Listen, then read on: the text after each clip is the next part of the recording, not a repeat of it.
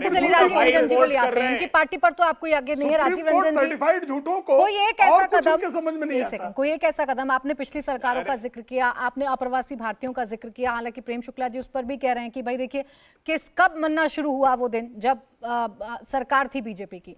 तो बता दीजिए एक भी ऐसा फैसला आपको लगा हो जो सराहनीय हो, आपको लग रहा हो कि ये एक बड़ा कदम था भारत की तरफ से मौजूदा सरकार का जिससे ये रिश्ते बेहतर हो गए या हो रहे हैं?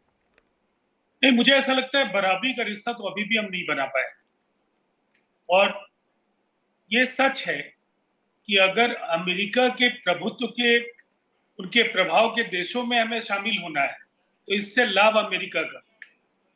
लेकिन अगर रिश्ते बराबरी के होते हैं, H1 वीजा, H1B वीजा, वहाँ रेजिडेंसी को लेकर के जो भारतीय समुदाय की जो चिंताएं, जो अमेरिकी शहरों में जिस तरह से सिख उग्रवाद आतंकवादियों के जिस तरह से लगातार प्रदर्शन हो रहे हैं, उन प्रदर्शनों में भारतीय डिप्लोमेसी की ये जवाबदेही है कि कहीं ना कहीं उन देशों को इस सवाल पर, मैं कनाडा, अमेरिका और ऑस्ट्रेलिया, यूके को लेकर के मैं विशेष रूप से कहूंगा, ये दुनिया के बड़े मुल्क हैं।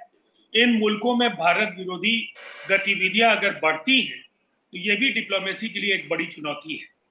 और इस बात को नकारा नहीं जा सकता, अमेरिका ने जो सम्मान दिया है, इस सम्मान से भारत का हर नागरिक गौरवान्वित है। लेकिन ये बार बार दल के चश्मे से और पिछले जो पूर्ववर्ती सरकारों को गालियां देना, ये भारत की विकास यात्रा है। इस गौरव यात्रा के अनेक पड़ाव और हर पड़ाव पर हिंदुस्तान ने दुनिया को राह दिखाई है और मुश्किलों से सामना करते हुए आज तो आप 21वीं सदी में है। आप औपनिवेशिक भारत और उसके बाद आजादी के बाद जो भारत के समक्ष चुनौतियां थी और 47 की जीत, और उसमें राजीव रंजन जी यानी भारत अगर इतना आगे बढ़ रहा है और जैसा आपने कहा कि सबके लिए गौरव की बात है, इसमें मौजूदा सरकार का कोई योगदान नहीं है, कोई कदम नहीं उठाया। मैंने तो आपको कहा प्राची जी, अगर आपने ये मन बनाया है कि आज आप उससे मोदी जी की प्रशंसा कराना चाहती है तो मैंने तो पहले कहा कि भारत का सम्मान होगा तो निसंदेह हम सब भारतवासी गौरवान्वित होंगे। भारतीय प्रधानमंत्री हैं, अगर तिरंगे का मान बढ़ता है, तिरंगे से इनका क्या लगाव रहा है, हिंदुस्तान की पूरी आजादी और संघ के मुख्यालय में झंडा फहराया गया नहीं गया, मैं उस विवाद में नहीं जाऊंगा। नहीं तो इन्होंने पप्पू पार्टी एक को कहा, किसी और को दूसरी बात कहेंगे।